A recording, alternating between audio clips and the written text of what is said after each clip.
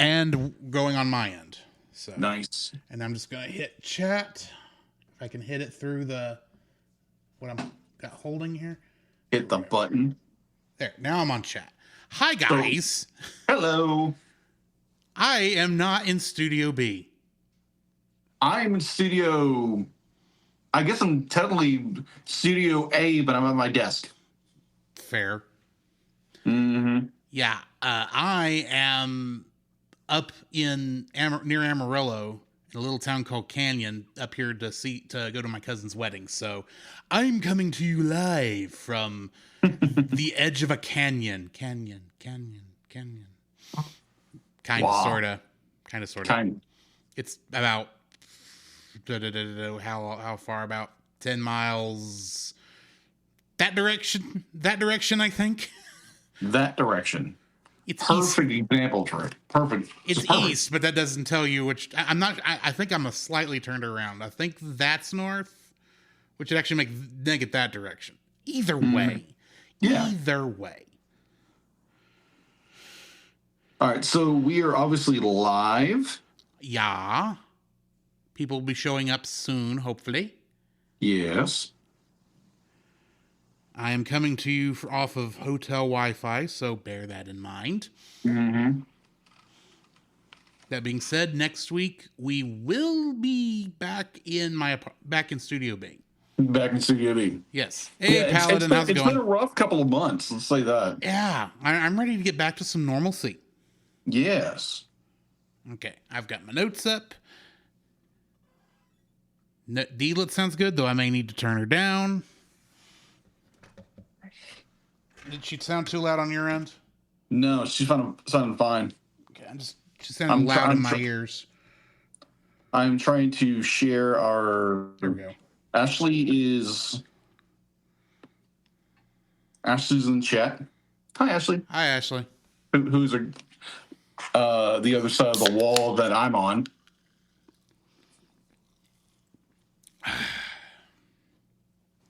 Yeah, I noticed that we were live on YouTube and Facebook. I haven't seen Twitch yet. I saw the thing come up for my mobile dashboard for Twitch, so I'm fairly certain we're there. Okay. Also, Paladin Pirate is watching us from Twitch. So. Oh, hi. So, yeah, we will be getting started very quickly. Nice. I don't want to waste too much time. I am kind of got the room sequestered for a bit, and okay. I'm sure my parents would like to come up and start getting ready for bed. Oh yeah. So yeah, I don't want to wait. I don't want to wait too much. I gotcha. Cool. Just checking everything. So I've got my notes. So this is going to be an interesting review. I don't know what your perspective is on this, but I have a very hot take on it. I've got a hot take. Not to spoil anything. No. But there's only a few other Studio Ghibli films that I might rank lower than this. And that's as far as I'm going to go with it. Fair. For now. Right. Hey, religious fanboy, how are you doing? Hello. Hey, that's a good idea. It's like when we get done with the Studio Ghibli as current, we should rank them. We should rank them. Yeah, and we should do that as a shorts episode, I think. Exactly. So when we get sometime after Thanksgiving, but before Nate, yeah, we'll get that done. Maybe have you come over on a Sunday or something. Okay. Because that'll be a very short episode, probably. Yeah. Or record it at the end of next week. Yeah. So. Yeah, there's also the special coming out, I think, with we reviewed this film because Wendy wanted us to review it.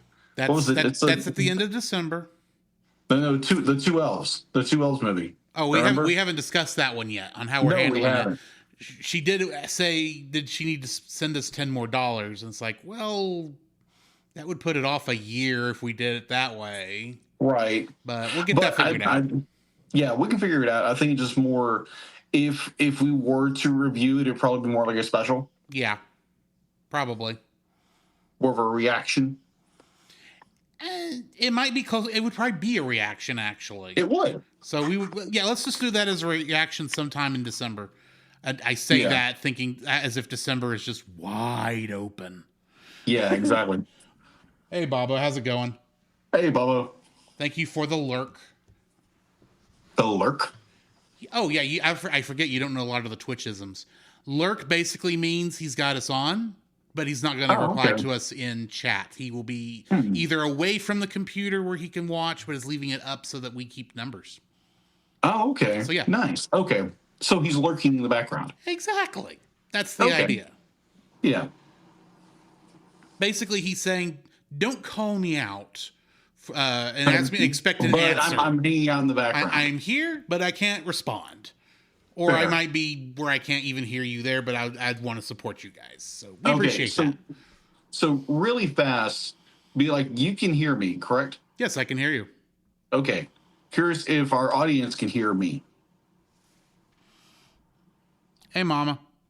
Gonna try not to be too long up here by myself. We will try our best to make this a short episode.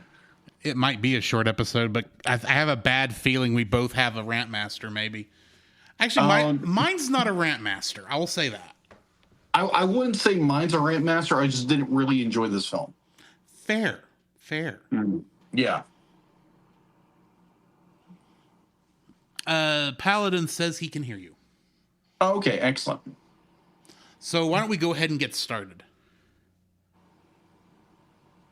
The Cellcast is recorded in front of a live streaming audience.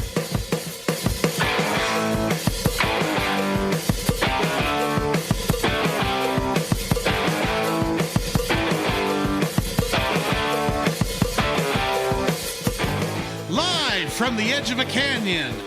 Hello and welcome to the Cellcast. Joining me today is a man who, he just recently got over a bout of worms. Welcome, Jacob. Yeah, at least my friend cat, we didn't have to do anything about it. It just magically didn't work at all. I don't know why. Deus Ex Magica.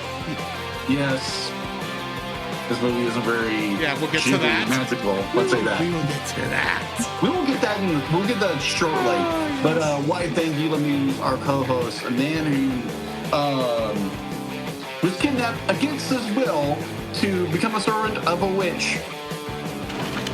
And somehow everybody just... Against my will. Against my will. This is totally against my will! Exactly. You said the magic words. Oh, I did. Oh, I know. Welcome, Drew. Yes. I have escaped the witch's house and am hanging out somewhere in the Texas Panhandle as we speak. Well, at least you weren't turned into a cookie. Yes, that is very good.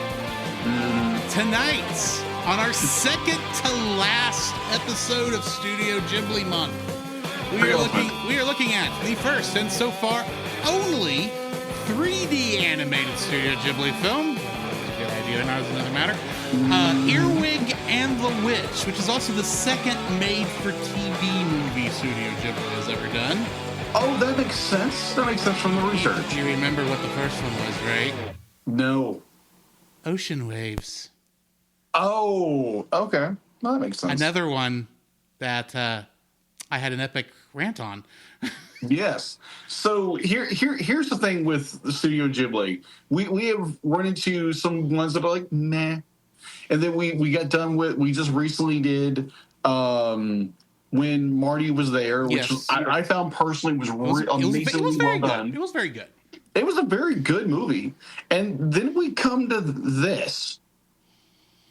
Now I don't agree with this is a thing. Mr. Hayazaki walking out on the preview. Miyazaki? Yeah, Miyazaki. That's what I'm going to say. Hayao Miyazaki specifically? Yeah, Hayao Miyazaki walking out on the premiere of the movie, or at least the preview. I was like, ouch, on your own son's movie. Yeah. That's just harsh. That is probably not the best way to handle that. But we'll get to that here in just a minute. Yeah. So as I stated, I'm actually not in Jacksonville as normal. No. And that's why we are coming to you from two separate locations. I am actually up here for my cousin's wedding, up in the Texas Panhandle in a little bitty town called Canyon, about half an hour south of Amarillo. So that is where I'm at the moment. And I had no trouble getting my side set up. We finally figured out what Jacob's problem was. Yeah, my problem the entire time was apparently when I set up my phone, apparently I did not want the camera to work while I was on Safari for some reason. Right. Which I get it not automatically launching. I wouldn't want that either, but it still should ask you. Yeah, exactly. So had to go in and thanks to Drew just like following prompts, I was able to get the camera on my phone and I'm able to work from my iPad. Yes. So why the camera kind of bounces because it's sitting on a desk. Well, considering my camera is sitting on top of a desk, which is sitting on top of a box, which is sitting in a hotel coffee caddy to hold it up. It works. It does. Agree. It does work. As long as I don't, jiggle things too much. Yeah. Why don't we go ahead and jump into our spoiler-free thoughts on Earwig and the Witch. Certified fresh and spoiler-free. This is my first time watching the movie, and going into it, I knew nothing about the film prior to it. All I really knew was it was Studio Ghibli. It was their only 3D animated film at a time when all of the anime studios were trying 3D animation, really kind of. And this was at a time, even when you're looking at Western animation, there was starting to be a mixture of 3D animation with 2D art styles. So I went into this trying to go in with an open mind. Keyword trying. I didn't even know who the director was prior to the opening sequence, so I had no preconceptions there. All I knew was it's a Studio Ghibli film in 3D. That could be interesting if done well. I may hold Studio Ghibli to a slightly higher standard than is probably fair. And so that does not help my thinking on this. First off, let me say, if you enjoy this movie, that's fine. I would even say give this movie a shot if you think you might enjoy this movie. This might be one of the weakest Studio Ghibli films. And that is my personal opinion on that. So I'm not going to say don't watch it. You may enjoy it. You may find it cute. But for me, I'm going to pass on this one if it ever comes back up for a rewatch. Fair. I think. So what are your thoughts on it? Ooh. So even if we go back and revisit Studio Ghibli, you would be like, we're gonna skip this one. I would not say throw it in bad movie month. I would watch it if we were doing it for the podcast. Right. Okay. We were doing Rewind, but I mean, in terms of personal enjoyment, in terms of if let's say I went over to somebody's house and they said, "Hey, we want to watch some Studio Ghibli film tonight. We know you having reviewed and watched all of them. You know which ones are good and which ones are bad." And they give me like a list of 5 or 6. Yeah. And one of them happens to be Earwig and the Witch. I'm probably going to suggest one of the other 5. Probably. That's mostly what I'm saying. Okay. That is completely fair. So, your thoughts. My thoughts. My spoiler-free thoughts. Ooh, this is going to be... Oh, yeah. So, very similar to Drew, I had... Going this blind, I didn't know a thing about the movie, kind of the same way with when Marty was there. Had no idea what this movie was about. So, again, like last week, enjoyed the mess out of that film. It was an incredibly well-done, emotional, familiar relationship story. This is a completely different ballgame. So sitting down in my living room, to be frank, I was not a big fan of this movie from the get-go because, one, you're used to Studio Ghibli 2D animation. This goes into a 3D environment, which you kind of knew if you looked at any of the and like read the synopsis or anything. And I personally was not a fan of this film. This film just kind of was a blasé, not even middle of the road, not even a gravel road, just more like a dirt road kind of story. It'd be like didn't have the pizzazz of like even when Marty was there. Yeah. Be like it didn't have that magic, that pizzazz, that the magic that literally just pulled you into the story. This kind of just it's kind of like it let off the brakes and it just kept going further and further back to me. And honestly, I'd be like, there are very few parts of this film that I enjoyed. Primarily one character that I enjoyed. Everything else was just like, nope. This is not a fun film to watch. No. And by the time you get to the third act, it's done. I have a question about acts but we'll get to that when we get to dislikes. Because you say there's a third act, I disagree. Yeah, it's kind of like a 2.5 act. This is a 1 act story. I've done 1 act. I've seen 1 act plays that had kind of this setup. I've been in 1 act plays that had this kind of setup. Well, it does have a kind of a 3 act, maybe a 2 act structure. I would say there's kind of one, but like I said, we'll get there when we get there. I don't want to get when we get there. To explain my meaning, we need to be in the spoiler section. So fair enough. So overall, I did not enjoy this film. I was saddened to say that because I'm even to go as far as Grave of the Fireflies. I enjoyed that more than I enjoyed this. And simple fact, because it was animated and it was engaging. It made me mad. This just made me like, I don't care. I'm about to say, we need to make that clarification because yes, while you hate Grave of the Fireflies, it's not due to animation quality or storytelling. No, it's you hate one particular character because of how he is. I just like the actions of one character. And honestly, that's what I would. This is a business story. Yeah. Well, yeah. We'll get there.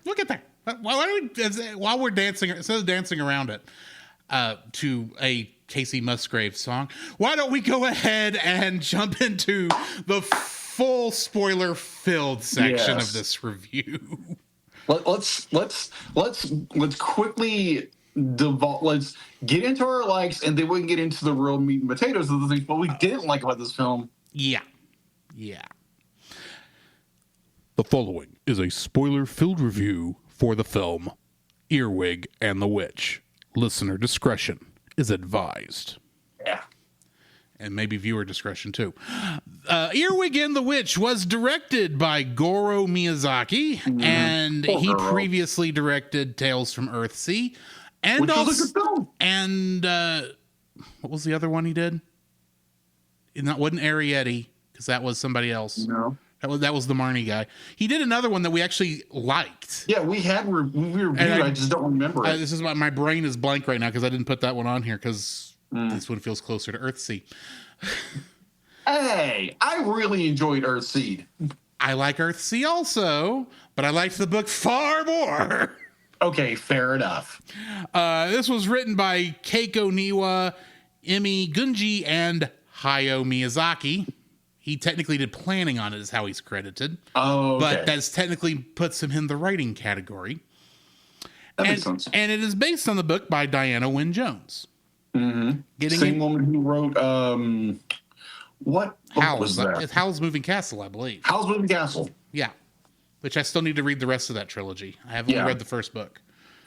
Getting into the cast, Earwig, or should I say Erica Wig, was played by Taylor Paige Henderson. And in Hocus Pocus 2, she played young Winifred. And I would like to pick like a better one for her than Oh, this. okay. This is literally she is still very new in acting. So this was like the one thing that was not that I really could pull from for her. So you said Hocus Pocus. Hocus Pocus 2. Oh, 2. Okay, the movie I haven't seen. All I've heard was bad reviews over. Yes. No, if it was Hocus Pocus 1, I mean, at least that's a witch movie. But anyway, Right. I would have better thoughts, I'll say. Fair. Bella Yaga was played by Vanessa Marshall. And in Star Wars Rebels, she played Hera Syndulla, Okay. the pilot of the Ghost. Yes. The Mandrake was played by Richard E. Grant. And in the television show Loki, he played comic book accurate Loki. Oh, okay. And I hate to say this, but I have not seen a lot of Richard Grant stuff. Oh, And so none of his IMDb, for the most part, made me know what it was. And so there's probably better Richard Grant things I could have picked. Well, Billy, it's But also do you watch a lot of BBC? I don't watch a lot of BBC. I should be watching more BBC, but I don't. Probably. Anyway, Thomas the cat, who I really think at one point he should have chased a mouse named Jerry. He was played by Dan Stevens, and he played Matthew Crawley in Downton Abbey. A show I've not seen, but at least I recognize the name of that show. And finally, Earwig's mother was played by Casey Musgraves. That's right. Who, outside of being on Nashville Star and all her music videos, because she is a quote unquote country music star. He puts in air quotes. It's in air quotes, folks, because I don't think they've actually made country music since 2005, and what they now call country music is twang pop. But that's a discussion for another time. Yes, and a different show. Anyway, besides all her music videos and that, the only other thing that she was in where she had a role and played another character was she played a character named The Bride in a movie called Star-Crossed the Film. Which I don't know anything about. Me either. Kingdom Hearts connections. How many do you think we got? 3. You are very, very close, and had I made one slight change, you would have been spot on, but I decided not to include crew. Is that... Because so is it 4 or 2? It's actually 2. Oh. It is actually 2. I will say, go ahead and say, as a fun little aside before I get into the cast connections, I was the casting director for this film, also was the casting director for Kingdom Hearts 1. Oh. So, yeah, there's that. But fair. Vanessa Marshall, who played Bala Yaga in this, is Nala in Kingdom Hearts. Okay. Kingdom Hearts 2. And in the Japanese version, Yuji Ueda, who played a character named Mr. Jenkins in this, which, heaven help me if I know who Mr. Jenkins is.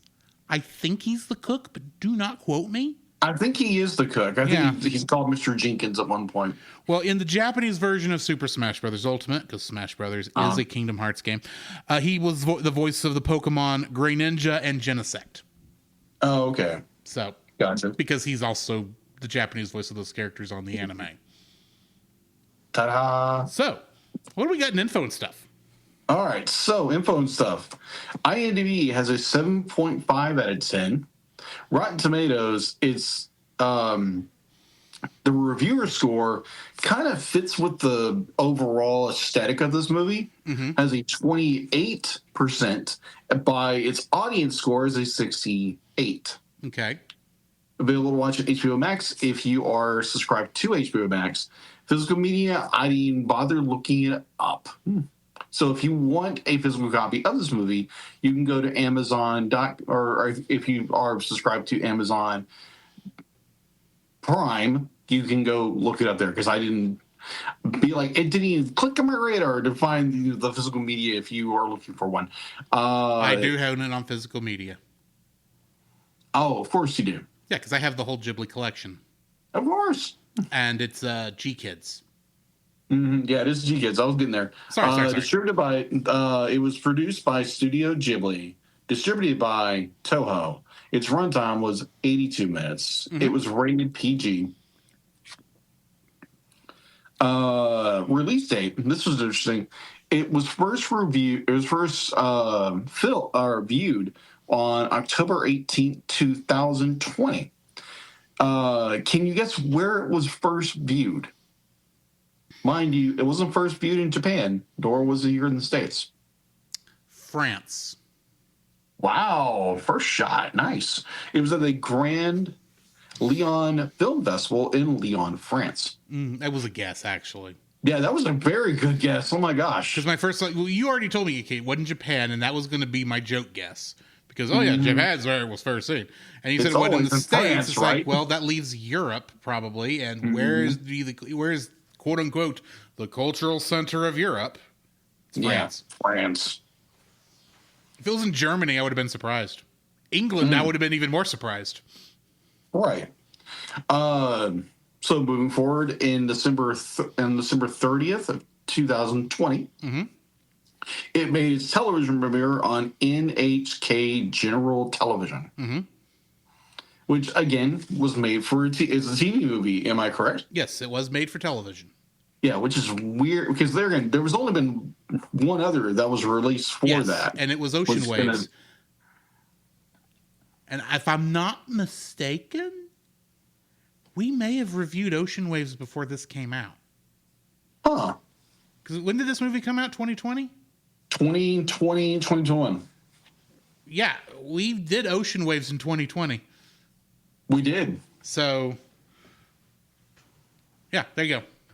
Yeah, it was. Because into theaters, it wasn't released until August 27th, 2021 in Japan, and January 7th, 2021 through G-Kids. Yes. So it was released before, it got its theatrical release in the United States and Canada. Before it got released in Japan. Before it was released in Japan. In theaters. In theaters. Yes.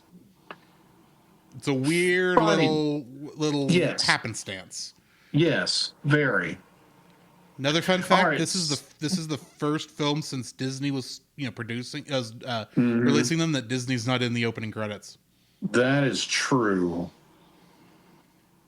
Yeah, because normally you have the Japanese theatrical releases, all their numbers, how much yen they made, how many billions of dollars they made. There's nothing here.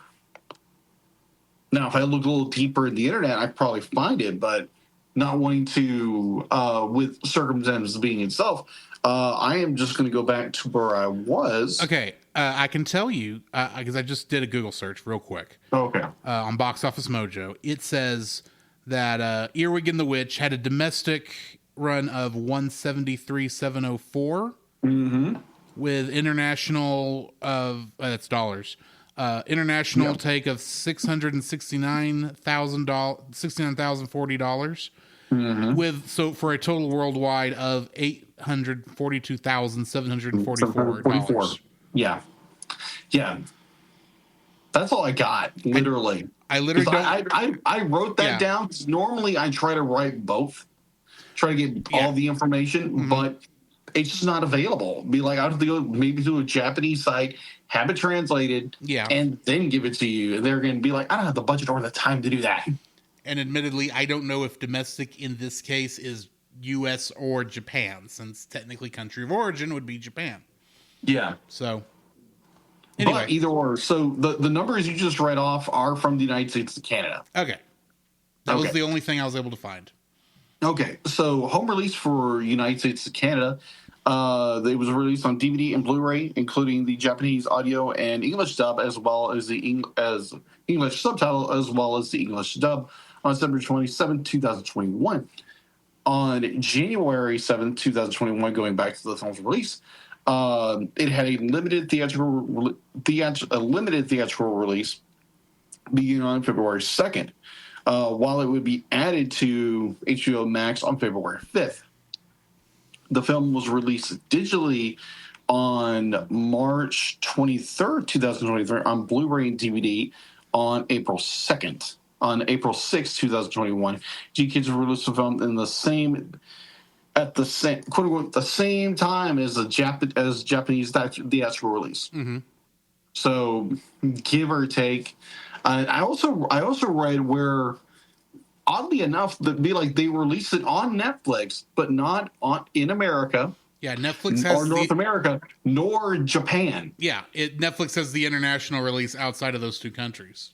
Which is why? Because Max didn't want it.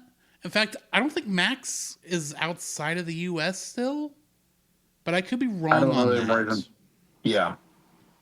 I mean, Max is HBO Max or whatever we're calling it now has had so many changes in the past since its launch. It's hard to know what's going on with it. Oh, agreed. So it did not receive any accolades whatsoever, awards, what I could see, because it was panned in general. Mm-hmm. I feel like it had mixed to okay or mixed to bad reviews, and overall the movie didn't do well theatrically. Yeah, at all. Now, I don't know if the numbers for its DVD and Blu-ray sales or digital sales or whatever may have boosted it a little bit, but it was a movie that was in general not very well received. It's one of the lowest reviewed Studio Ghibli films. I think it has the unfortunateness of being too different. Because I think there is some silver in here. It is not. There's some diamonds in this rough. I'm going to say, is it mercury? It's not Quicksilver, but I do think there is. No. Be like, oh, it's great. Be like, it's healthy for you until it kills you. Yeah. I may be a little nicer than you are, but we'll see here in a second. Let's get into. Are you ready for me to move into the summary? Yeah, I'll move to the summary. Let's go. Alrighty. In 1990s England, a witch leaves her child Earwig at St. Morwald's Home for Children. The matron of the home thinks that the name is unfit for a child and changes it to Erica Wig. Years later, Earwig is a rambunctious 10-year-old who is very comfortable in an orphanage where everyone does what she wants. She likes living there with her friend Custard and does not want to get adopted. You mean her servant? Yeah. One day, a strange couple, Baba Yaga and the Mandrake, adopt Earwig against her wishes. When they get home, Baba Yaga tells Earwig that she is a witch and that she only adopted Earwig for an extra pair of hands to help around the house. Earwig agrees to help only if Baba Yaga teaches her magic in return. Earwig prepares ingredients for spells and cleans her workroom. Tired of working, she attempts to leave the house only to find that all the exits have been magically sealed by the Mandrake. She becomes further frustrated because Baba Yaga never teaches her any magic. Earwig begins to listen to tapes from an old band called Earwig and discovers that Baba Yaga's cat familiar Thomas can talk. The two of them enter the workroom at night to create a spell that will make them resistant to magic, becoming immune to Baba Yaga's punishments. They also work on a spell to give Baba Yaga a literal extra pair of hands on her body, so Earwig would be dismissed from her work. The spell is a success, and Baba Yaga is furious at her extra pair of hands and casts magical worms that appear in Earwig's room. Because of Earwig's magical resistance, the worms are harmless. Earwig sends the worms through a hole in the wall, which angers the Mandrake. In the ensuing chaos, Earwig breaks into Mandrake's room and discovers that he and Baba Yaga were members of the band Earwig.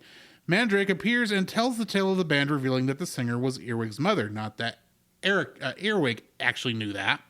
No. They don't tell her that. It's mostly get told to us because we actually saw her mother at the beginning. Through her new power, Earwig is able to take over the house and have the others do what she wants. She even manages to invite her friend Custard over for Christmas. When he arrives, Earwig's mother drops in for a surprise visit. Right, even though Earwig has no idea who she is. Right, which we'll get to that. Yes. Getting into the trivia for this, the Japanese name for this movie is Aya to Maho, which literally translates to Aya and the Witch. This is yes, this is because in the novel's Japanese translation by Karuko Tanaka, the same character is named Ayatsuru, which can mean manipulate or influence, similar to one of the meanings of earwig in English. And so they shorten it to her name to Aya in the Japanese version. Oh, okay. Interesting. In neither the Japanese translation of the novel nor Studio Ghibli's movie is her name actually changed to the Japanese name Aya, as numerous English language news articles have claimed that the movie does not relocate the story to Japan. The official Japanese plot summary specifically mentions that it's set in the UK in the 1990s. And literally in the animation, when you see the last newspaper that the Mandrake is reading, it literally says his book is called Earwig and the Witch.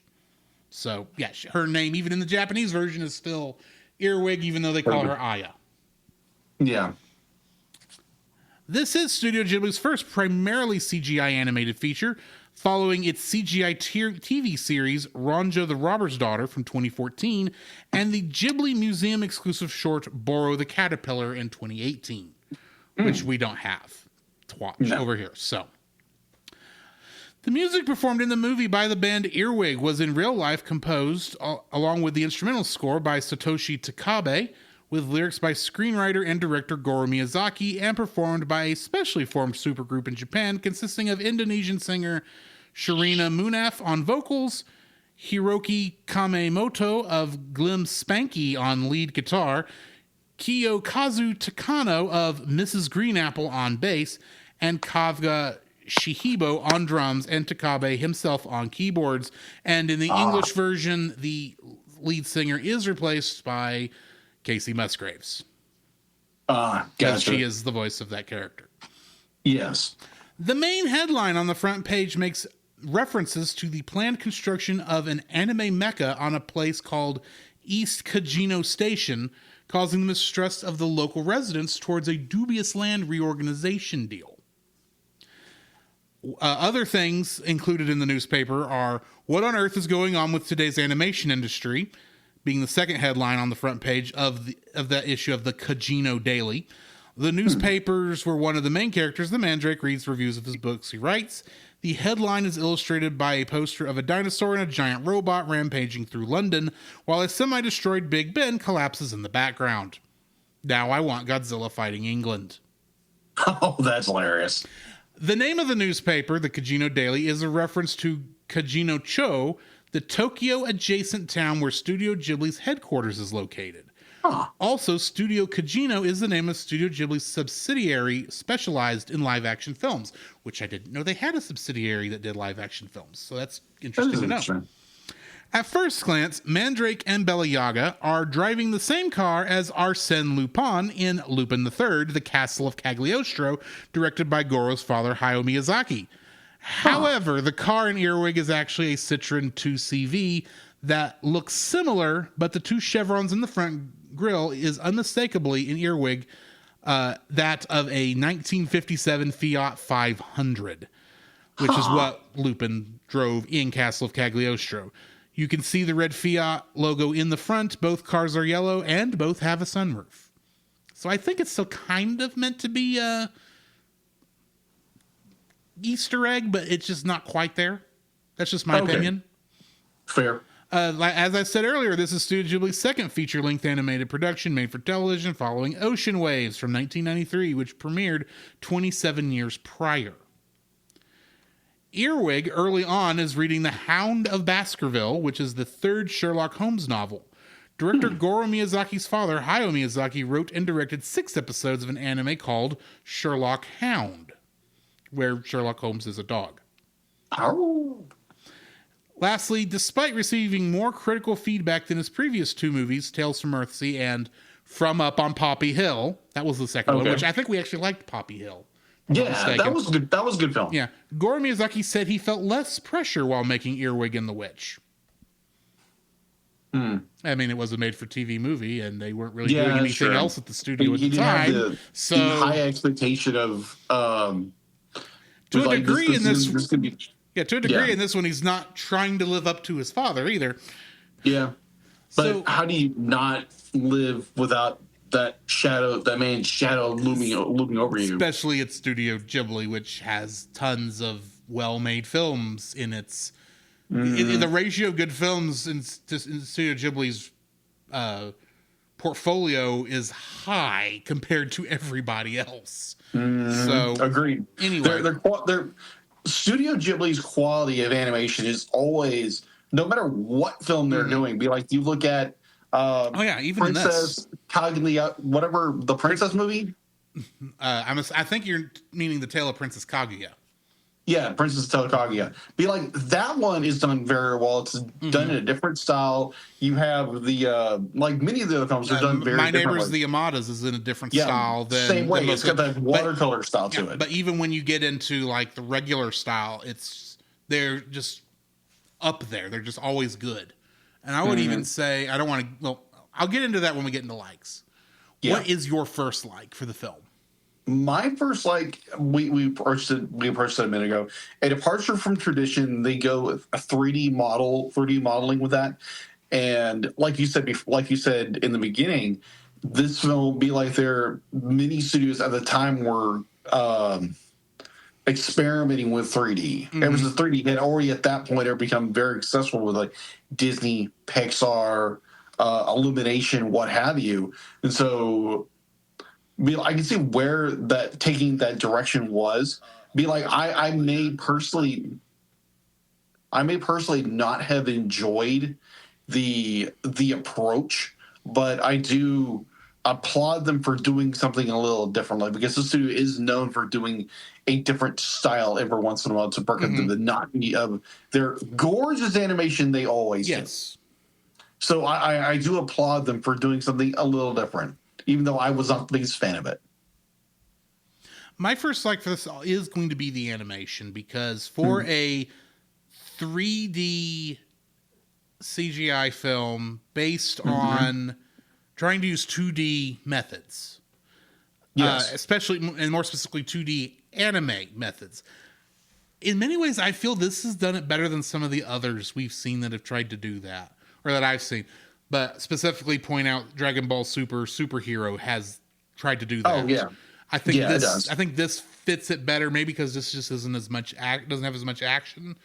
And maybe the art style really better fits a 3D art style than Toriyama's does. I say that like I haven't played a lot of 3D Toriyama games, but 3D with Dragon Quest. But I think for the most part, the animation does work here very well. My issues with it, I will tell you this: all of my issues with this film have nothing to do with the animation. Is it my preference? No, I am of the thought that we need more 2D right now. Agreed. In many ways, most of the reason and I could be wrong on this, but it feels like the reason a lot of animation studios, even at this time, were trying for 3D, trying to just transition to 3D, is because 3D is cheaper to produce than 2D films, even 2D CG films. That may not have been the issue. It may just been that Goro wanted to do 3D because 3D is popular, admittedly. But I think for the most part, this film does the 3D pretty well. There's a couple of instances I will point out, such as most of the effects involving the Mandrake's anger and the things in his eyes sparking. I thought that worked very well in that. And the effects of the demons causing the food to appear, I thought was done very well. So, agreed. That's the 3D is my first. The use of 3D, like you said, the challenging to try a different art style than normal is a part of that. But I really do think they did a good job with making 3D animation for a studio that really doesn't do a lot of it. I mean, the only other thing they've done is a TV series I've not watched. So I don't know how well it's done in that. But in this, I thought they did it pretty well. Oh, what's your second like? My second like, about the only character I really enjoyed this movie was Thomas. I can see that. The dog liked the cat. The dog likes the cat. But I thoroughly like all the other characters. I just could not get invested in. I did like the Mandrake in some ways. Like he was just more this very grumpy, be like, do not disturb the Mandrake. Because I honestly be like, I think Mandrake. I think of Harry Potter 2 with the Mandrakes where they're spinning their ruddy heads off. But I did like Thomas as a character, even though he's a side character. He does help Earwig with her little experiments and be like, "Oh, I'm gonna get back with the blue-haired witch." Um, Even though be like all of that was just like, okay, this is dumb. But either or, be like, I thoroughly enjoyed the character of Thomas. He was fun. He was lively. Be like, he felt like a Studio Ghibli character. Yes. Unlike everybody else in this film. I will say though, he's still not up to Gigi. I think Gigi still beats him as No, best absolutely cat. not. He's an interesting character, but he's nowhere near Gigi. Yeah. Level at all. Gigi is still best cat. Gigi will always be best cat. That is my. Gigi will always be best cat. Oh yeah, absolutely. So that is my second like. What is your third like? My second like. Is still my second like. That's right. My second like actually is the world building, which admittedly probably I would give more to Diana Wynne Jones than Studio Ghibli, but even then, what was communicated through the movie, I thought was very interesting.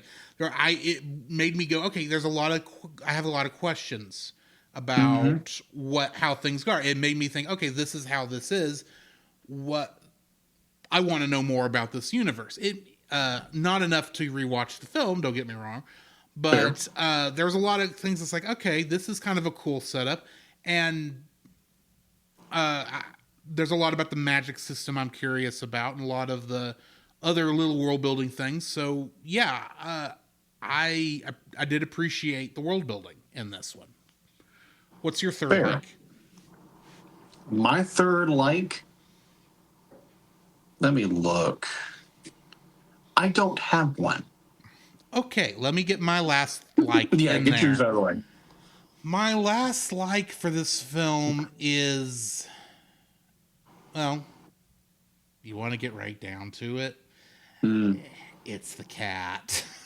It's Thomas. Of course. Everyone likes Thomas. Thomas is a good character. He's like you said, he is the most like other Ghibli characters. Fair. He's well-meaning. He's the one who finally gets the story moving. What little story there actually is. And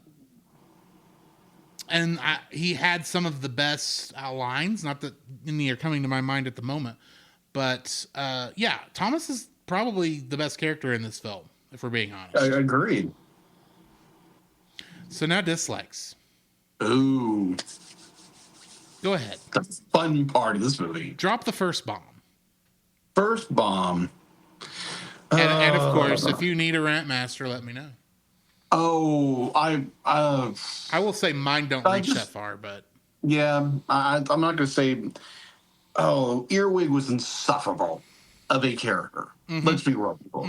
She was the most unlikable Studio Ghibli character I've ever seen, and had him kind of. And again, this is the guy who was so furious with the main character from Grave of the Fireflies.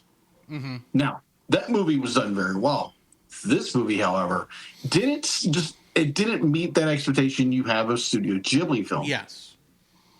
Where Earwig was this little insufferable little brat who her mom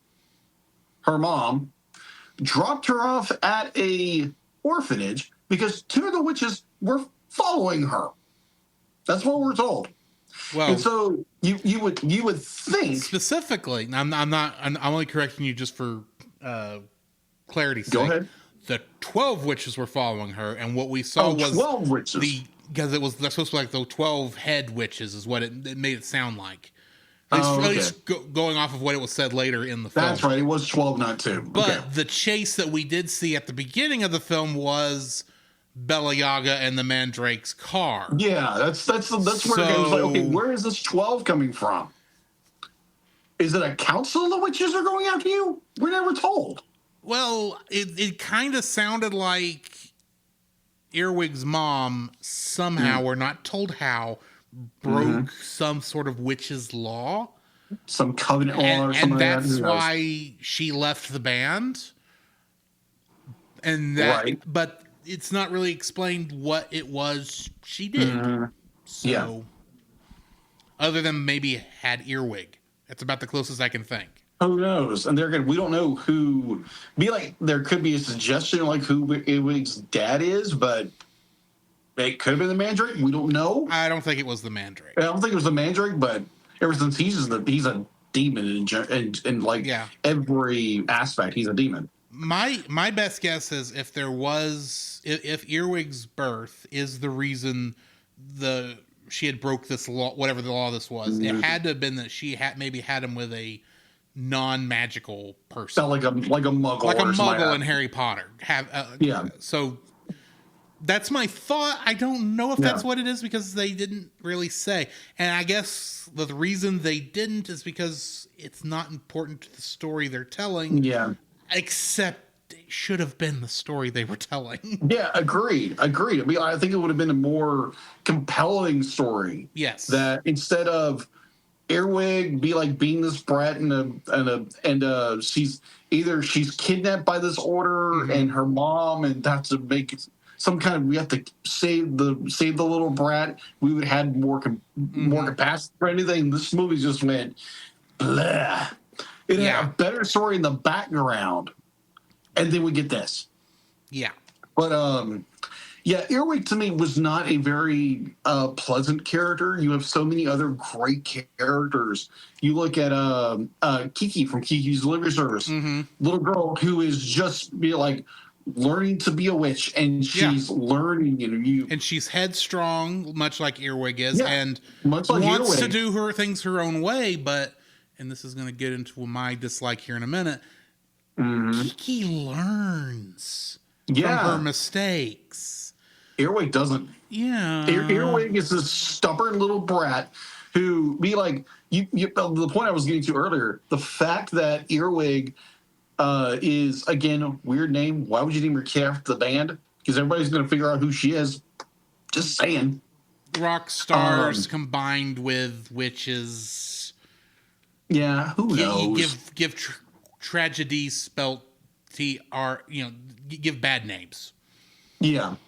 So, you would think you have a character who lives in an orphanage. Because most of the people I know who come out of orphanages are kind of humbled by their backgrounds or whatever. Now, granted, Earwig's 8 years old.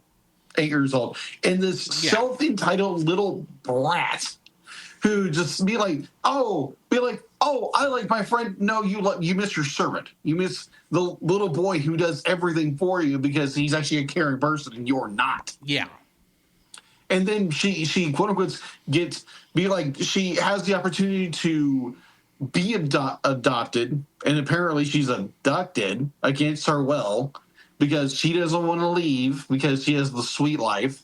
And now she to me, I thought when she was put in what's the blue hair witch's name again? Bella Yaga. You think that would have been oh my gosh, you think you would have a growing experiment, a growth spurt, emotionally or character wise. No, she's just a little brat who just, because I don't get to do what I want, I can't do this and this. I'm just gonna, or the fact to be at the point that Bella Yaga slaps her. Oh my gosh, I was like, yes, character growth. Nothing. Absolutely nothing. The character learns absolutely nothing from... Sorry, I'm back. No, you're good. The character learns absolutely nothing. She literally goes to Thomas, who's the best character, keeps calling her little servant boy from the orphanage, and I need you to help me with a spell. And so he does all the work. She runs around, does all the stuff like she does because she's the little servant girl who thinks she's in charge. And she gets Bella Yaga mad enough to where she does cast worms on her. Even though Earwig knows for a fact knows for a fact that the wall adjacent to her room, even though it's the bathroom in reality, it goes directly into the Mandrake's room. And she maliciously puts all those worms in the room.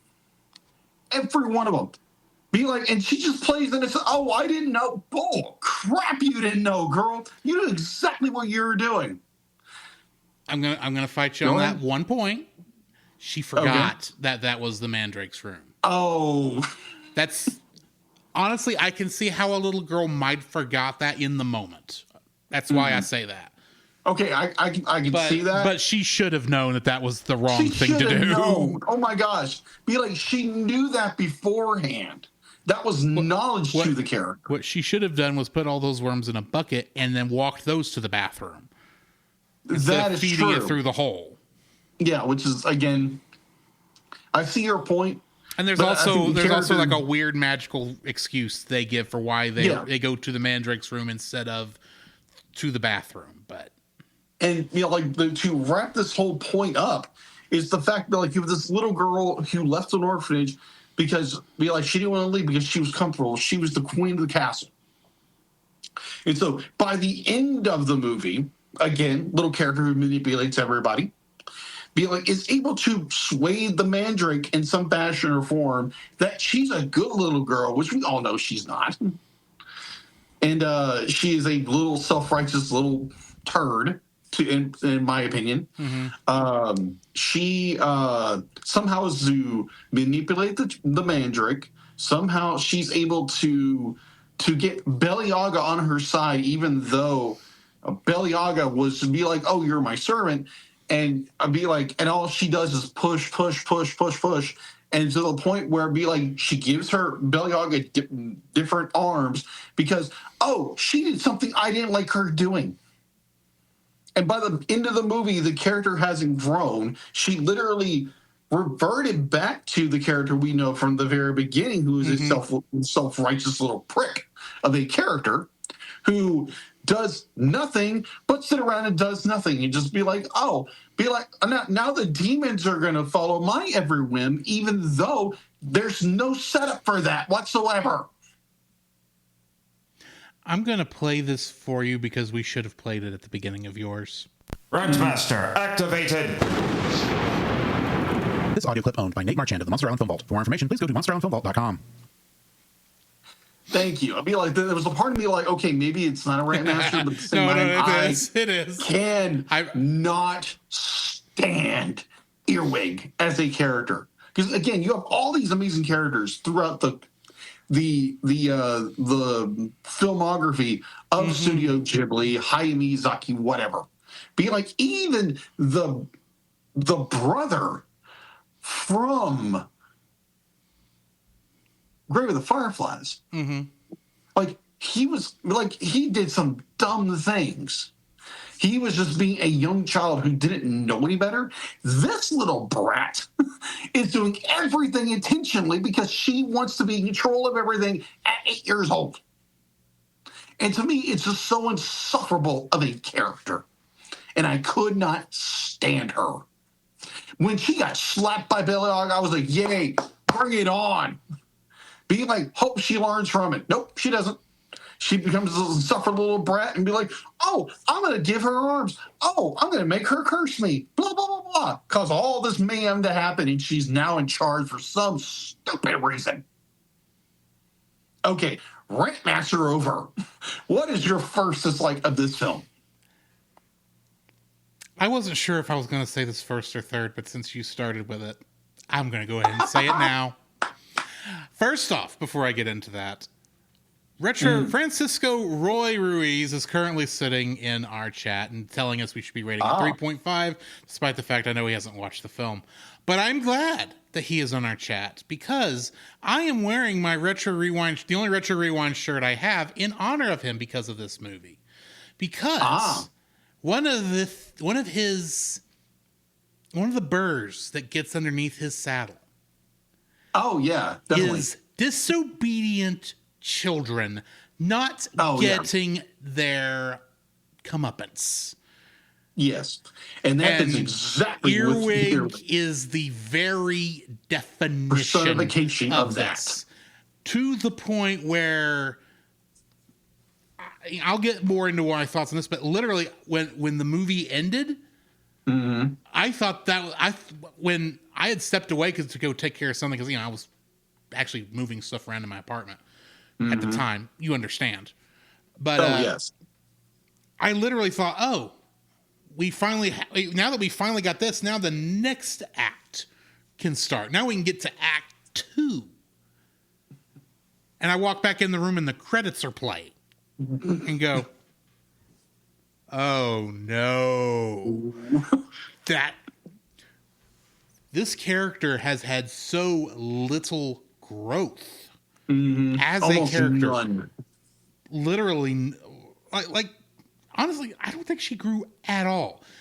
Barely. I understand as a character, for her character, how she got the entire orphanage wrapped around her little finger. I understand that. I can understand in that instance why at that point she would not want to move away and be adopted, because she was the queen of that castle. I get that.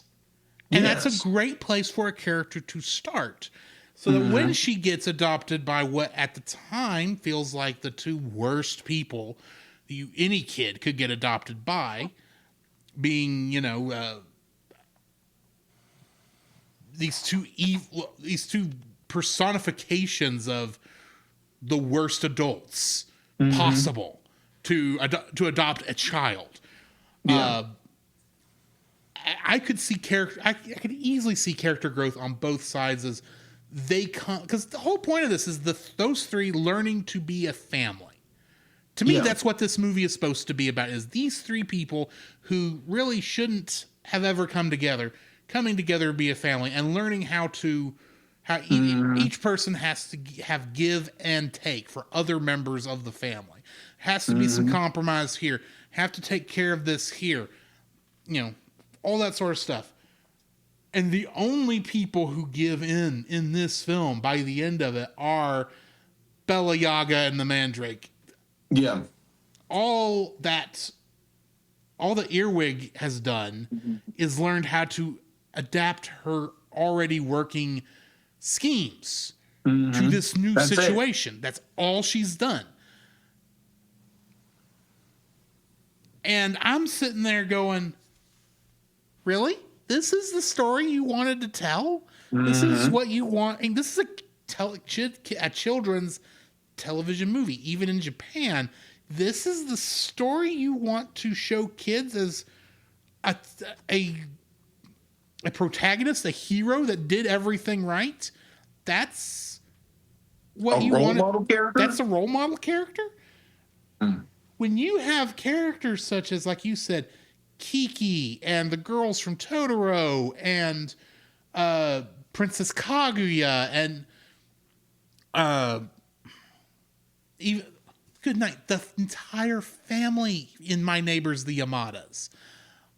All across the spectrum, there are so many good protagonists, so many good role models for kids of any culture to look up to and to love and befriend. That's why I think we all love Studio Ghibli, is that these are all this is what Disney used to be in many ways.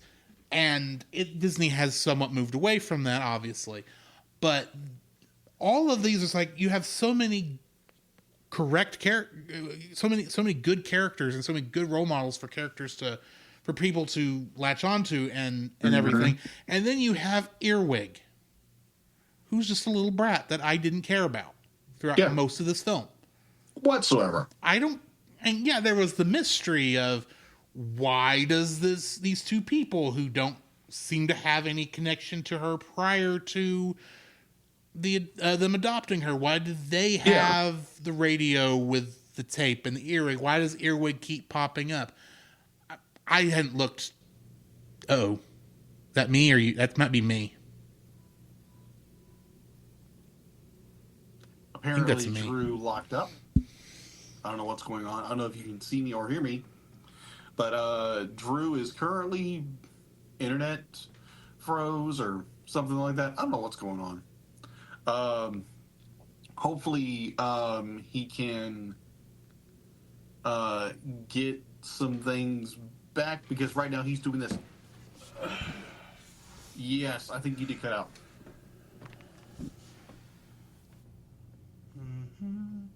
Checking to see if I'm still on the Wi-Fi.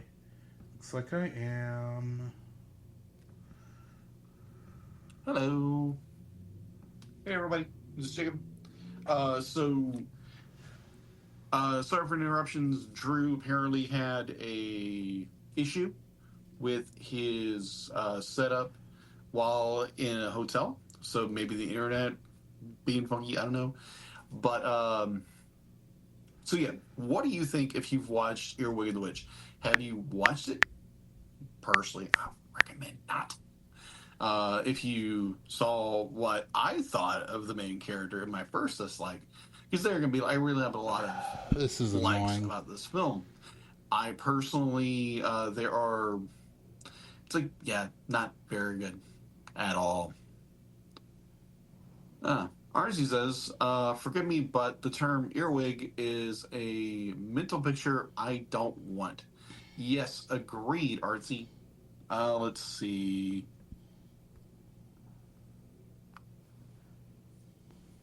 I know the feeling. Let's get to the bottom where everybody's at. Let's see. By the way, thank you guys for being in the chat. We do appreciate that. And so yeah, if you are hopping in right now, Twitch no, this back. is not a solo episode. I've got of Jacob trying to do the selfcast by himself. Drew is. I've got chat back, but it's not reconnecting to the thing. With So let's his, setup. Back out. He is currently in the Panhandle in Texas. Leave. Not in Studio B. I'm in Studio A, in my own personal studio. Go back in. So in that regard, hey, there's Wow. Hello, Drew. Drew's going to come back. There we go. There he is. Sorry about that. I don't know what happened. Yeah, it's all good. I've been trying to keep. Yeah, you changed camera positions, and it changed cameras on the front. I'm not going to worry about it right now. Where was I? You were in your first, just like you were talking about. There was really, I think I said what I was trying to say. There's just so many good characters that really fits in Studio Ghibli's catalog that are so much better than this one. So agreed. I'm gonna leave it at that pretty much. Yeah, Earwig is my problem with this film. She's my primary problem with this. I've got a couple other little things I'll bring up, but for the most part, I'll get to it when we get to the second like, but my second dislike. But there is one thing they could have done to redeem this, and I'll get to it when we get to second dislikes. That's fair. What's your second dislike? My second dislike. So there is I'm not going to say virtually, but there is a quasi story going on here. Mm-hmm. And so when we finally get the big reveal, it's like, oh, okay, this is what's been happening. This is what. Oh, okay. The revelation is finally revealed of Earwig and everything like that. Then it just ends. Yeah. There's so much. By the way, we're on the same wavelength tonight. Oh, we are. We are. There's so much meat on the bone they just left. Mm-hmm. Because they wanted to tell this, quote unquote, cute story of this little girl who the entire time was just making potions and being berated by everybody and thinks she's the master of the home when you're 8 years old. But I just be like the point where we finally get story of what's really happening, and it just ends. It goes to credits. We see what happens afterwards in a animation form, which I do appreciate, but you could have took half of what you were doing with the story, cut that out, and then gave us a story where it's like, oh, she actually is friendly with these people. She's not manipulating. She grows the character. Mm-hmm. And the little throw in that her mom finally shows up. Be like, and again, be like like you said before, the fact be like the Council of 12 Witches were after Earwig's mom. Be like, give us that story. Give us the story you're trying to tell us in the end credits. Something. Yeah. Because this movie it drags along like it's dragging a corpse behind it, and finally comes to the end part where we're gonna do something with the movie, and it just ends. And I'm just like, that's our movie? That's where we are ending this movie. And I was so seriously, what the flip happened here? Yeah, so it is, we spend the vast majority of the film either in a bedroom, in a bathroom, in a laboratory, and in a kitchen, in a little home. That's it. And nothing happens for the most part. The most bland, boring thing. And when you finally get to the good part of the movie, you end it.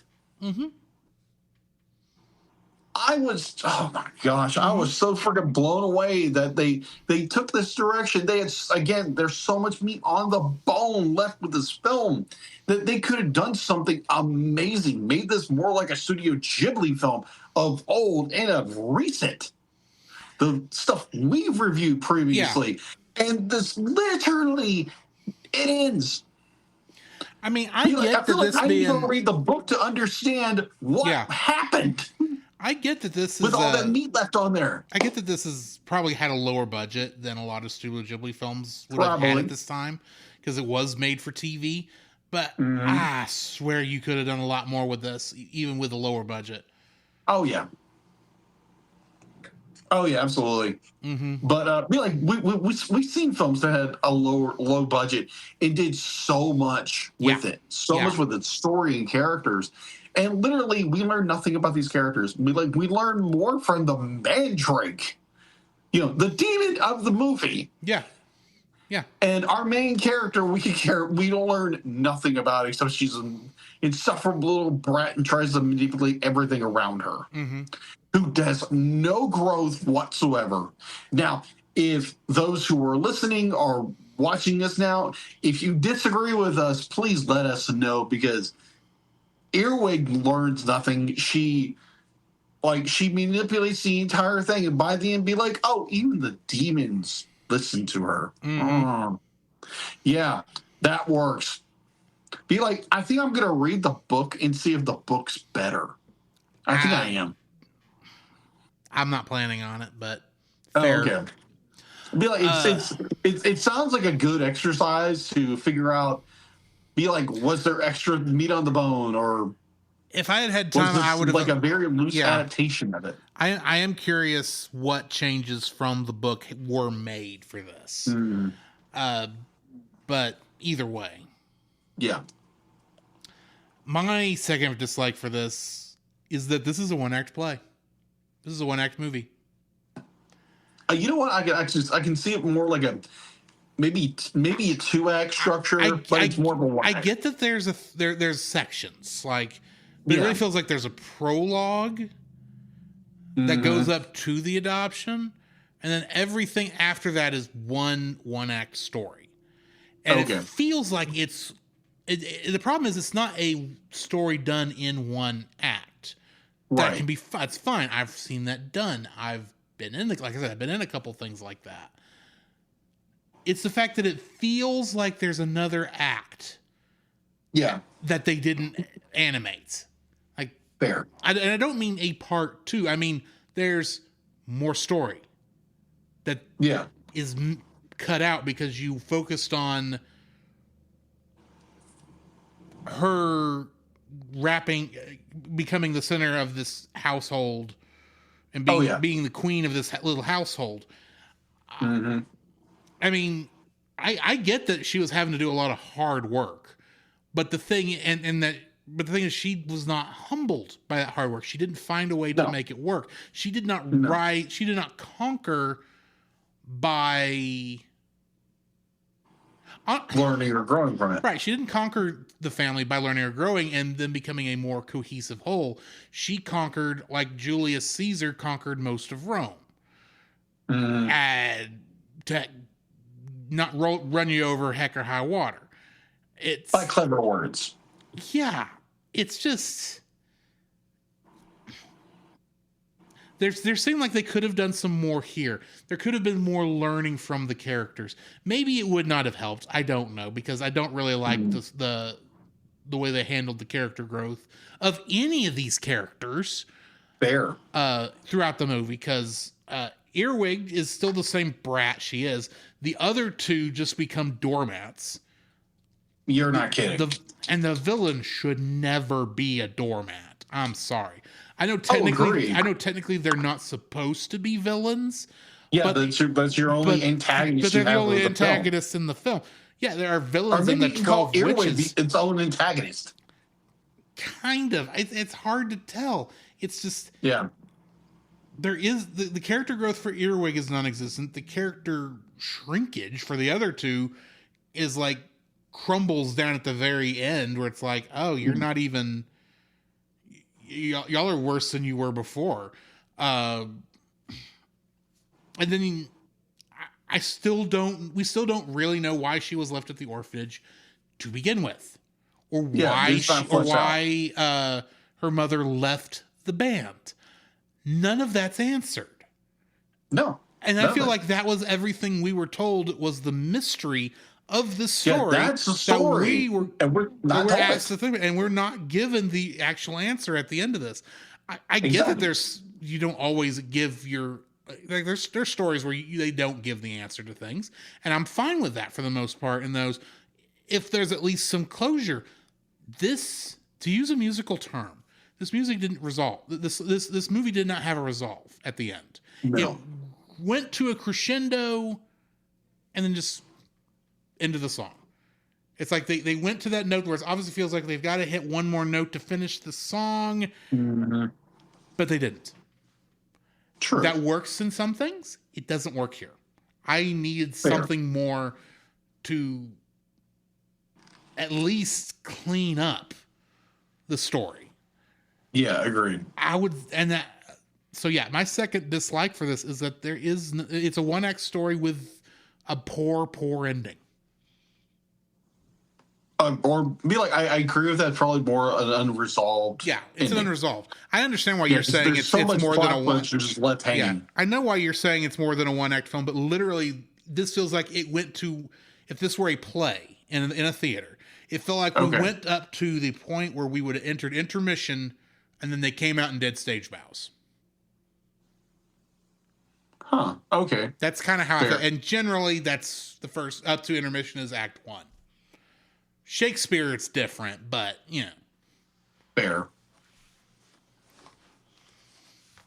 I'll put it this way. Fair. Imagine, I know you're a fan of the musical Wicked, and I'm sure you're looking forward to the second half of the story. Imagine if they never made the second half. Imagine it ended where the first movie ends and they never did another they never finished that story. That's what this feels like to me. That would be frustrating. That's my frustration. That's my frustration here. I get it. I totally see the point. I do. There's so much unresolved anything in this movie. We get, and that's why I think of it as a one-act play, because it's like it goes to intermission and stops. Anyway. Like I said, be like there's so much meat left on the bone, just in the structure of the film, in the structure of the story, that is left there that we are still. Because again, I'm curious if the book fleshes any of this out. Yeah, that would be interesting to see, but I'm not gonna partake to find out. Oh, I've got two other Diana Wynne Jones novels to read first. Oh, okay. Being the other two parts of Howl. But what's your third dislike? My third dislike. This movie lacks, like, again, they do different animation format to go from a 2D style to a 3D style. This movie lacks the Studio Ghibli magic at all. Yeah, but like yes, it I'll deals agree with you on that. It lacks all the fantastical and everything. It's just more bland, boring, generic movie that has Studio Ghibli's slap of approval on it. But there's none of this. They could have went so many good directions with this film. Yeah, they could have gone with, it's witches, it's magic, and just done all this amazing, wonderful things. And you have 3D to do it in, and it just could have been brilliant. The entire movie is just set in a magical house, and nothing's ever done with it except for the quote unquote the third act where Earwig gets her revenge. Ha ha ha. Oh, I gotta get rid of the worms. Dump it through the wall, which you can see the magical ring going around. You know what's gonna happen unless you're just that dense.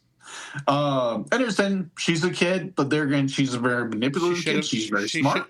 She's very smart. She should have known better. Should have known better. To me personally, I think she knew exactly what she was doing, because when Mandrake comes through that, she is just an oh my gosh kind of expression. Oh my word. But yeah, just be like there is an oh my gosh, be like, I miss Howl's Moving Castle. Yeah. I miss so many of the other good films. So many of the other amazing Ghibli films. Heck, even the film we just reviewed of when Marnie was here. That movie had more like, it didn't go into the fantastical, but it had a lot of that more like whimsical magic about it. You understand what I'm talking about, right? Yeah, I know exactly what you're talking about. But this movie just lacks all of it. It has magic in it, but it isn't a Studio Ghibli kind of magic. And I was just so disappointed with that. Like, be like, okay, your cat can talk. Okay, cool. Give him something else that he can just talk. And like, oh, he can. It's okay. So there's a famous scene from Army of Darkness, which is the third Evil Dead movie, where it's Ash he has to repeat something, and a very famous clip where he starts quoting it, but he forgets the third line and goes, and kind of looks around hopefully, and there's a scene where Thomas and Earwig are making the spell, and he's just saying a bunch of stuff. Yeah, I'm like, I reminded me of that. I kind of got a chuckle because there again, Thomas is my favorite character. That was funny. I'll admit it was funny, but at the same time, do something like it's gonna make some frightening spell or something like that. Not where it's be like, oh, if it worked, how did it work? Deus Ex Magica. Huh? Deus Ex Magica. Deus Ex Magica. Yeah. Or the fact that it worked because the magic said it had to. Here's another thing. Is I think Earwig has plot armor so freaking thick that she can't do anything wrong. It is just insufferable. But like, even the fact that Thomas just makes up words and the magic just happens, it works for this cream or whatever whatever. Yeah. I get it. Yeah, just like the magic is gone. But I do know we have how many more films too? Rentmaster activated. This audio clip owned by Nate Marchand of the Monster Island Film Vault. For more information, please go to monsterislandfilmvault.com. How many more films do we have? We only have one more. Oh, one more. It's Boy and the Heron. Yeah, it's Boy and the Heron. There's like I said, there's technically one other one, but because it's only half Ghibli, I didn't include it. Okay, fair. That was the film I saw, and I was like, oh my gosh, that looks good. That film looks better than this film, let's be honest. But it looks more like classic Ghibli. Word.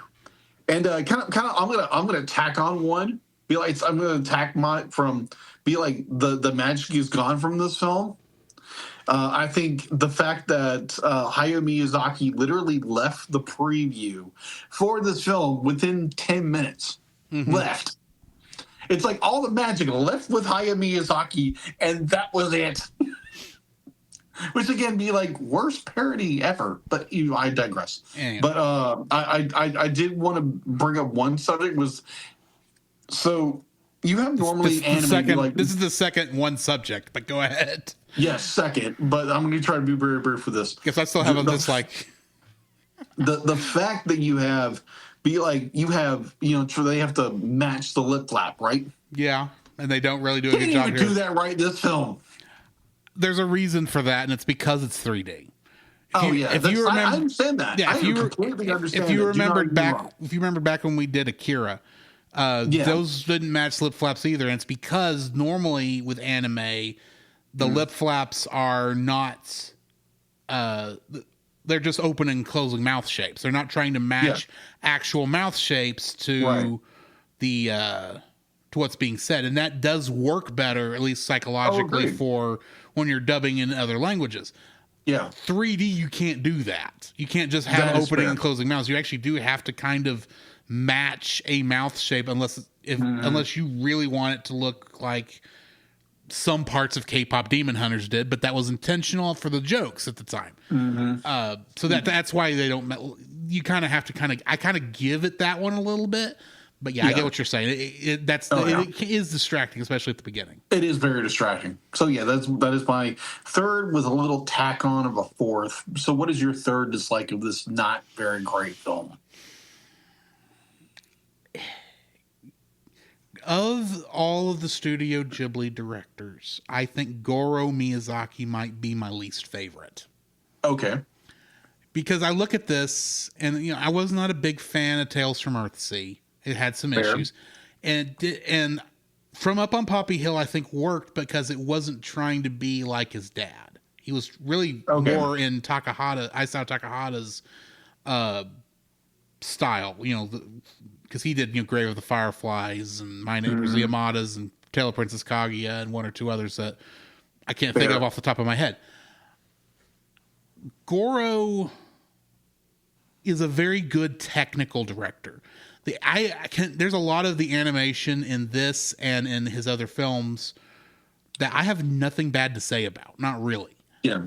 If I did say something animation wise in those, it was a nitpick that I would have labeled that, like I would have given to anybody. But he is a very good technical director, but he does not have the ability, I think, to direct the performances needed. And granted, we're watching the American dub in all of these instances. So we are already getting a slightly different from what they got in Japan, but the American actors are at least mimicking what the Japanese actors in those roles did. And in this one, having not watched the Japanese version, and maybe I probably should just to see how it plays differently, I really just feel like he does not understand how the character is, how to direct or animate believable characters in a way. It's like you said, it's missing that Ghibli magic, and I think it's in the characters where it's missing, because every other Ghibli film, I really do like. It's the characters that draw me in, get me attached. Yeah. When you look at Goro's stuff, my issues with is I don't really like the characters in like Earthsea, and I don't really like the characters in. I kind of like the characters in Poppy Hill, but that almost was different in some way. Yeah, that was not the point of those. It was mostly just how many characters and how they bounced off each other. It kind of forced itself to work in a way. Like I said, he's very good technically. The animation, I think, does very well in this, even if it's not my taste.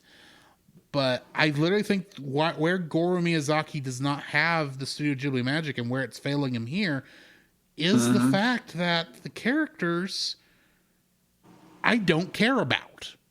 Fair. And that's my problem. I don't care about any of these characters. Even Thomas, because he has so little to work with.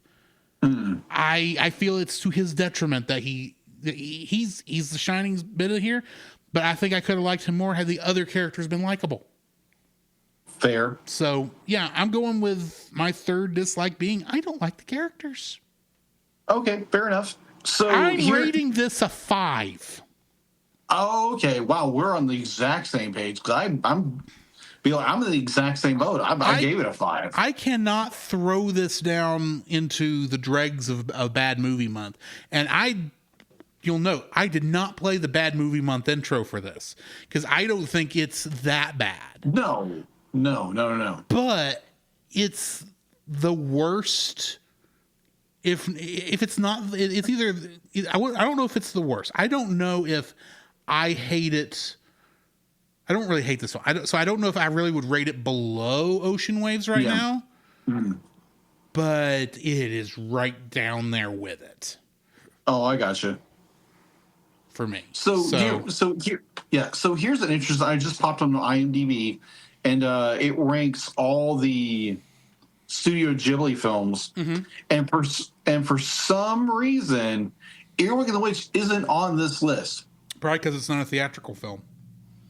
Probably. But what was the other one that you said that wasn't a theatrical? Ocean Waves. Okay, so funny thing. So Ocean Waves on this is the bottom tier. Okay. Who knows why they didn't include it then? Yeah, exactly. So I'm looking at, Cat Returns 21. Yeah. Earthseed at 20 from Top of Poppy Hill at 19. But then you go all the way to the top. And to me, it's like, this is your number one Studio Ghibli film? On IMDb. Mm-hmm. It's The Tales of Princess Kaguya. That's the critics' choice because it was really aimed at critics because it's that fits. I know why we have different feelings about it, but that is the quote unquote artsy film of the Ghibli. Oh, catalog. Agreed. It is very, very, very artsy. I would be willing to bet that Grave of the Fireflies is fairly close to the top of that list too. Probably for the same reason. Grave of the Fireflies is 4. Right. So yeah, those are rated as high as is. Don't get me wrong; they're both well-made quality films, but yeah, Totoro should be first. I'm sorry. Oh yeah, or Kiki, Totoro's 9. Totoro's 9 in this list, and this is why I don't trust critics' lists. Fair. But that's why we do our own list. I say that and knowing let full people know it's like, hey, this is what we think of Studio Ghibli films. I say that knowing full well that I probably won't. There's a good chance that Totoro may not be number one on my list. But in terms of general public lists, I would think Totoro would be like 1 or 2. Oh, okay. So anyway, we've rated the film. Yeah. We both rated it a 5. Yeah. Join us next week. We are finishing Studio Ghibli month. Forever, because any other film any other Ghibli Miyazaki film or Ghibli like film we would do after this point. Yes. After next episode, those are just going to work into a normal regular schedule. But the theme month ends next week. Yeah, and be like, so this will be whatever comes to Studio Ghibli or like whatever movies come out, we will probably do reactions to when it comes out. Guarantee. In fact, I'm still kicking myself for last year, or was it year before last? It was year before last when Boy and the Heron came out, and we didn't go react to it. We should, but it was just so busy that month. Yes, it was. I still haven't watched the film at all. So, so that's gonna be a good thing for next week. Yes. So join us next week for Boy and the Heron. So here's the thought. This is the penultimate episode of Studio Ghibli month, or Hayao Miyazaki month, as we call it. Miyazaki and Ghibli. Yes. So if our audience and who listen to us, what is your favorite? Go ahead. After the show, what I'm going to do is I'm going to go into our Facebook page. And it may be tomorrow before I actually get this done, but I'm going to make a poll of every Studio Ghibli film and let people rank them. I will let you pick, I'll give you let y'all do 5 votes that y'all can put wherever you want, just not on the same film. And however y'all rank those, we will call that the audience ranking. Yeah. So we'll do that. So just for clarification, so ever since we have there's 23 films in the Something catalog like that, of Studio Ghibli for the most part, including Earwig. So we may want to do our own list later on as a special episode. Me and you are going to are going to make our own list. Yeah, but I thought this would be a good way for our listeners, the Cell Nation, to get their voice heard as to what our community says is the ranking of Studio Ghibli films. But we'll do all that later. For now, we've got an intermission to play and some people to promote. So join us on the other side, and we will talk about some Outlaw Star. Oy. This podcast is a proud member of Culture Box. Whether you enjoy geeky reviews, comedy, or original fiction, you can open up the Culture Box and find something excellent for your soul. Point your web browser to culturebox.media. This week, we suggest checking out the Retro Rewind podcast. Every other week, you can join the Retro Rewind pod as they travel back 15 or more years along the entertainment space-time continuum in their mission to review movies and games, establishing what is still worth your time today. You can expect fun banter and trivial insights from Francisco, Paul, and a rotating cadre of guest hosts who are all out of time. Thanks, Roy. The Cellcast would also like to thank the following patrons: PaulGPowers.com, Artsy Steph, the Monster Island Film Vault, and Edwin Gonzalez. Thanks, Thank you. If you would like to have your name shouted out on the show, some special art from Jacob, or some uncut episodes, you can donate to us on our Patreon at the $5 level or at the $10 level in 2026. I almost said 2016. In 2026, you can force us you can force us to review a movie of your choice within reason. We reserve the right to say no, which Bobo can attest to. But you can make us review something. No food fight. We already did food fight. Sausage party. Yeah, no sausage party. No.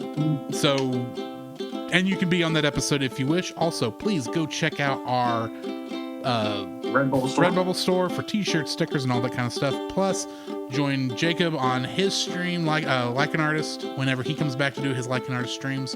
And then join me on Tuesday nights for some more Dragon Quest 3. Going forward, I should be starting back on that this Tuesday now that I have internet. So, yes, join us for that.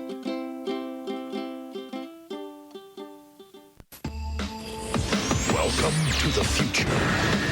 Transferring to autopilot mode. A place where good guys finish last. I'll make them wish they'd never been born. A quick draw is the best defense. Nothing personal, but I'm here to kill you. And your wits are all you can count on. A future where one treasure is coveted above all else. Tell me the coordinates of the galactic ley line. Legend speaks of the galactic ley line, offering the ultimate power of the universe to those who seek its glory. The doors have opened. Utilizing the latest technology, a living starship has been built with the power to find the galactic ley line. 5, 4, 3, 2, 1. All systems green. By twist of fate, it has fallen into the hands of an outlaw. An outlaw named Gene Starwind. Well, let's blow some hot kisses to my devoted fans. His luck is about to change. Goodbye, Gene. Together with his crew of bounty hunters, he'll take to the stars. Accelerate and fly down their throats. Let's go! Outlaw Star. Weekdays at 5:30. Time to roll the dice. Only Toonami. Back to Outlaw Star. In our first episode of tonight, A Journey of Adventure. Huh? Written by Hajime Yatate and directed by Mitsuru Hongo. In this episode, it's back to business as usual as Gene and Jim struggle to find a way to make the payments on the Outlaw Star and their business, Starwind and Hawking. However, when the opportunity to hunt down a legendary killer worth 10,000 won named Zamba arises, Gene jumps at the chance to make easy money. Unfortunately for them, the Zamba they find is an imposter, and the real Zamba ends up being taken out by Suzuka. Trivia for this episode. When Melfina is looking through the window of the store, her eyes briefly change from brown to blue, which is more than likely an animation error. And lastly, this is the 7th and final episode in which Aisha Clan does not appear. So what are your thoughts on this episode? I thought it was kind of just, generic story. It was a nice little, I hate to use the term filler, but it was a nice little character story, I think. Yeah, it was the point where they have to get from point A to point B. Mm-hmm. They land on the and again it's Gene being Gene, be like, oh, we're gonna go for the big bucks and blah blah blah blah, and Gene Starwind being Gene Starwind. They run Aisha Clan, which is kind of like a one and done little thing until like episode 2 later. And Asuka, the assassin. Twilight Suzuka? Yeah. Aisha was not in this. She winds up doing something. You mentioned Aisha Clan, and she's not in this episode. Oh, it's the next episode. It's the next episode, yeah. That's right, because these 2 episodes kind of blend together, and it's just like, oh, yeah. Oh my gosh. I think the only thing that this episode does to push the story along is that this is the first episode to mention the race. That really starts in the next episode.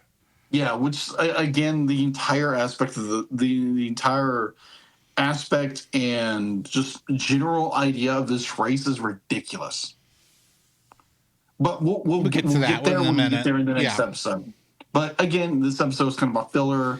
It's kind of a filler because really nothing happens in it except it's like, oh, we mentioned that we're going to Haifong, and it's literally, hey, we've got this idea to make some quick cash in order to raise some funds up that we do need to get raised, and they end up killing the wrong one, and it ends up being Suzuka who ends up killing the right one, and I guess she keeps all the money to herself, which does make sense because she's not really a member of the crew yet. No, but at the same time, they will never collect a passenger fee from her.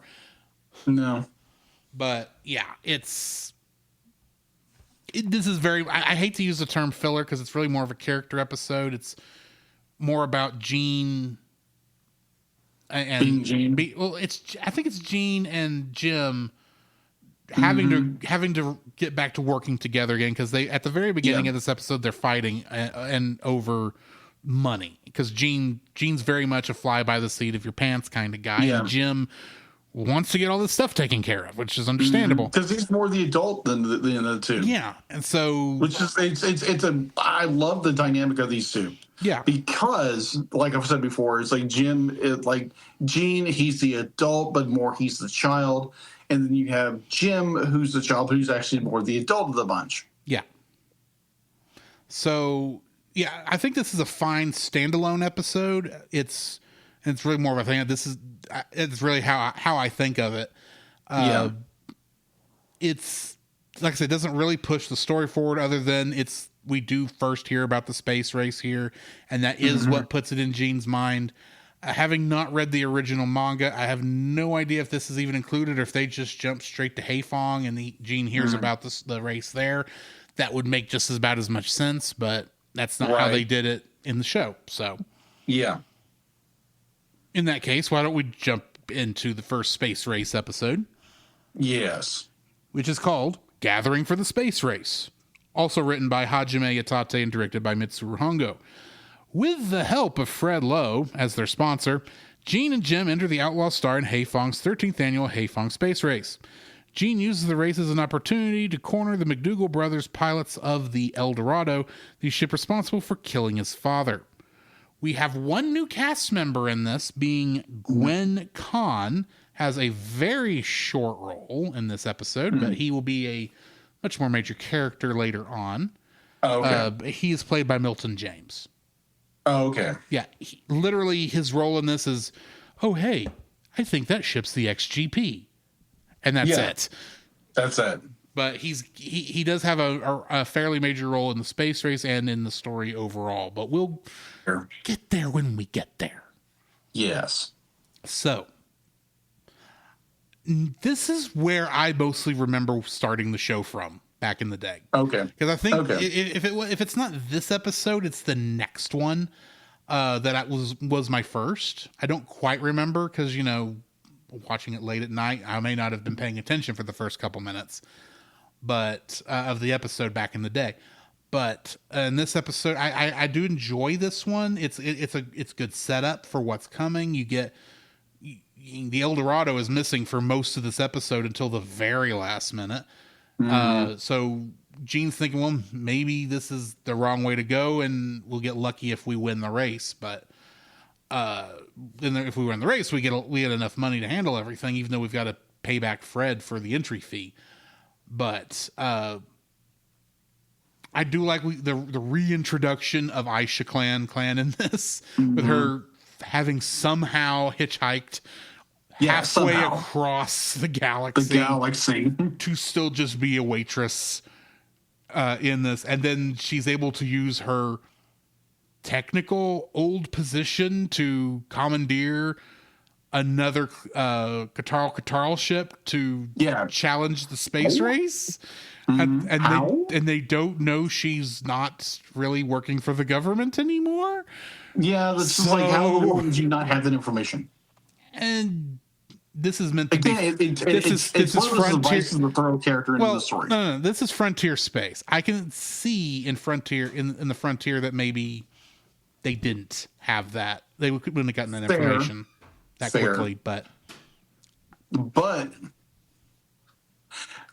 just real fast, be like, I know you're probably need to wrap this up real fast. Yeah. The fact that Aisha was basically isolated to Blue Haven and be like, you're supposed to leave, but then all of a sudden you're like, she's now wherever this is. Yeah.